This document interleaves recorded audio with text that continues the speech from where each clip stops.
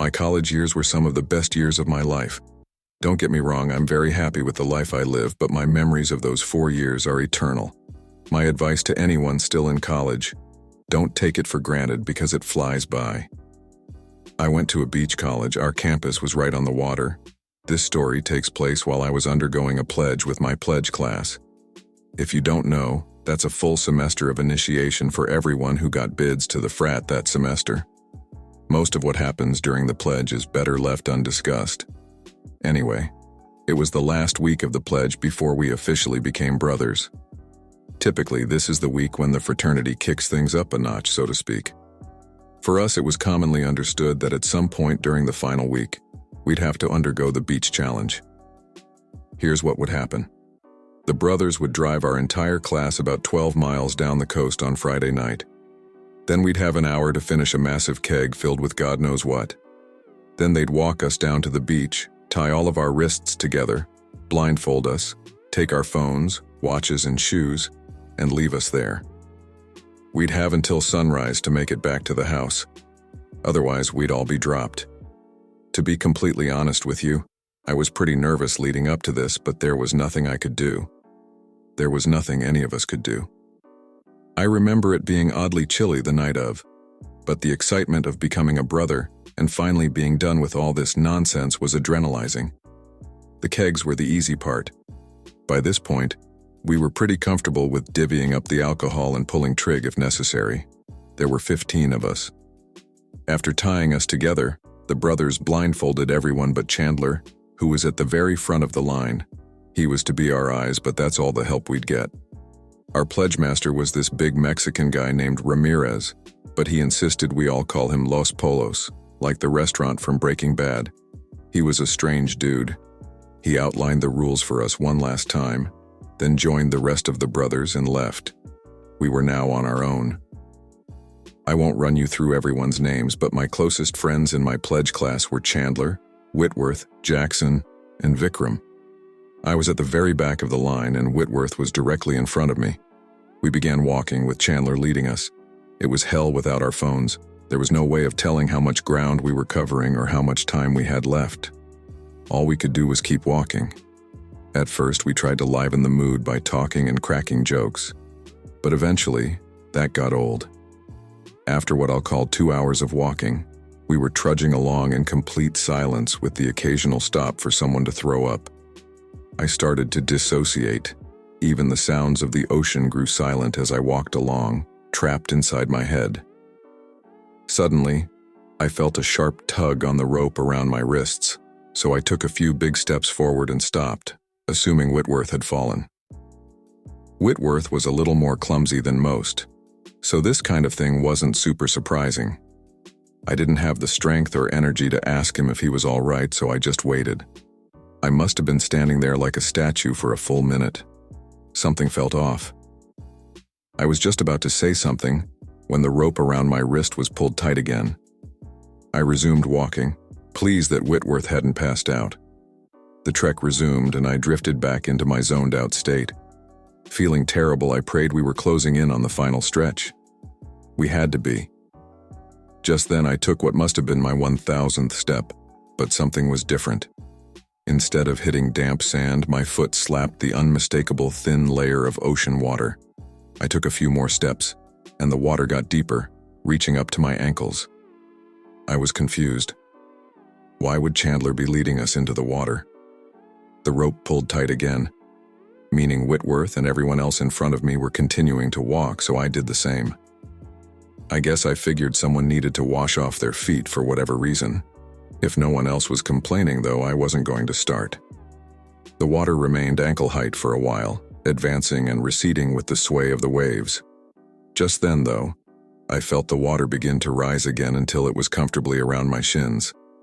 Chandler was screwing with us, which, for the life of me, I couldn't understand. Why wasn't this stupid activity painful enough? The water was only going to slow us down. Seconds later, I began to pick up on a faint sound in the distance. I craned my ears and began to recognize it. It was the sound of an idling boat engine. As we continued to walk, the drone of the engine only got louder, meaning it was getting closer or I was getting closer to it. I was starting to get uncomfortable. The water was almost up to my knees at this point. Finally, I broke what must have been hours of unspoken silence. "Guys, what the hell are we doing in the water?" I waited, confused as to why no one was answering me. "Guys?" I asked again in a more concerned voice. Still nothing. I could feel panic begin to set in. Suddenly, my blindness was suffocating. I had to look around. I reached my wrists up towards my eyes in an attempt to undo my blindfold. As I did so, the rope yanked away from me, forcing my arms back down. I cursed, plunging my head down towards my fingers and undoing my blindfold before the rope could be jolted away from me again. To my horror, Whitworth wasn't the one guiding me.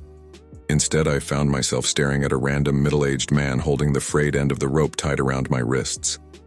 I stared in shock at the severed rope in his hand, and that's when I realized who had done the cutting. A long, rusty kitchen knife sat in his left hand. Past him, there was a boat bobbing in the water, and I could make out 3 more silhouettes towering on board. I screamed bloody murder before he had a chance to react, yanking my arms upward as fiercely as I could. At the same time, I lifted a foot out of the water and kicked his chest with all the strength I could muster. Luckily, the rope broke free from his grip. He grabbed my shirt to try and cushion his fall, but the fabric gave way with a deafening rip. He yelled as he plunged into the water with a huge chunk of my white pledged shirt, but I was already moving as fast as I could toward dry land, my wrists still tied. A few seconds passed before I heard a splash from further away. Someone had jumped off the boat. I didn't even look behind me. I just kept moving. I was about halfway to the sand when something whizzed right past my head, maybe a few inches to the right. I didn't slow down. Instead, I put my head down and sprinted for my life. My lungs were on fire, and my body was screaming at me to stop, but I didn't dare.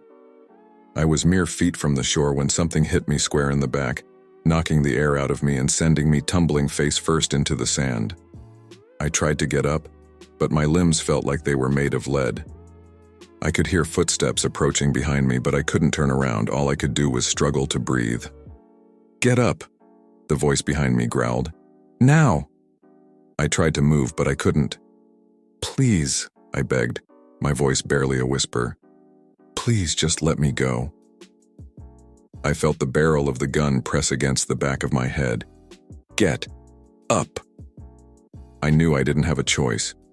With every ounce of strength I had left, I pushed myself to my feet and turned to face my attacker.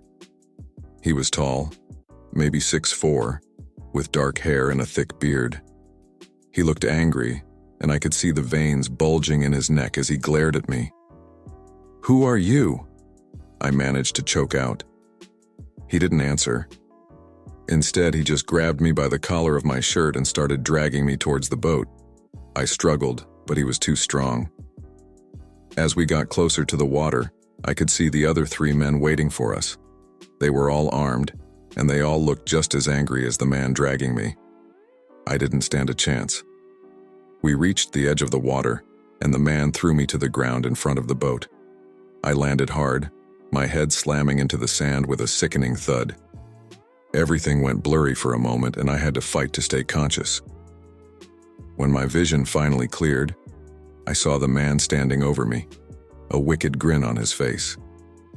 "Welcome to hell, kid," he said, before kicking me in the ribs and sending me sprawling into the water. "Did you like it?